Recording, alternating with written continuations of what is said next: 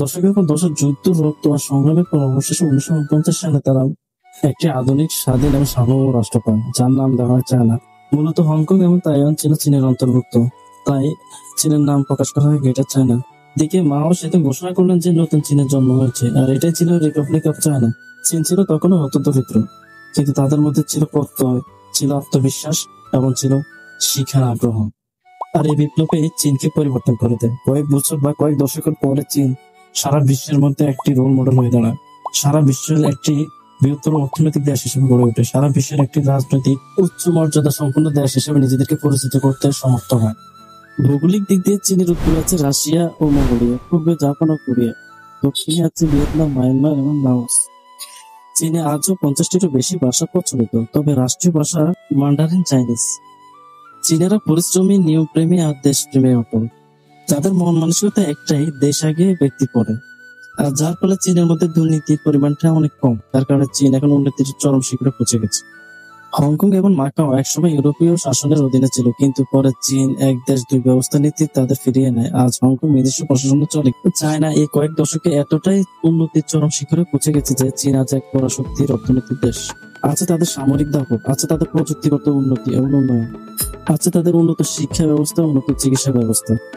বিশ্বের সবচেয়ে প্রাচীনতম ধারাবাহিক সভ্যতাগুলোর একটি হচ্ছে চীন।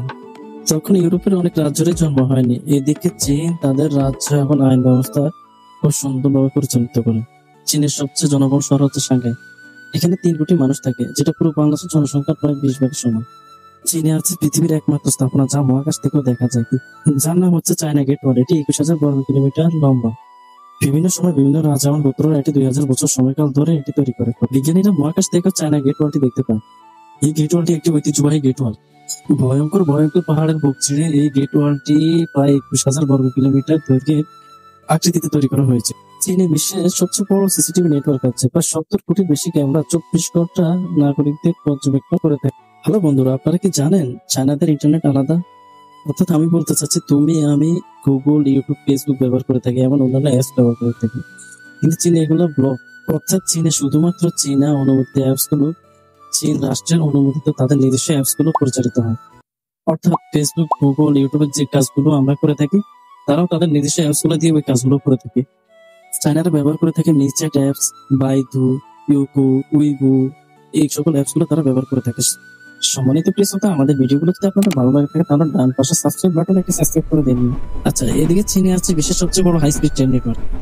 আচ্ছা, তাদের বিশাল বিস্তৃত প্রায় 40,000 কিলোমিটার রেল লাইন। তারা এমন এক ট্রেন বানাচ্ছে যা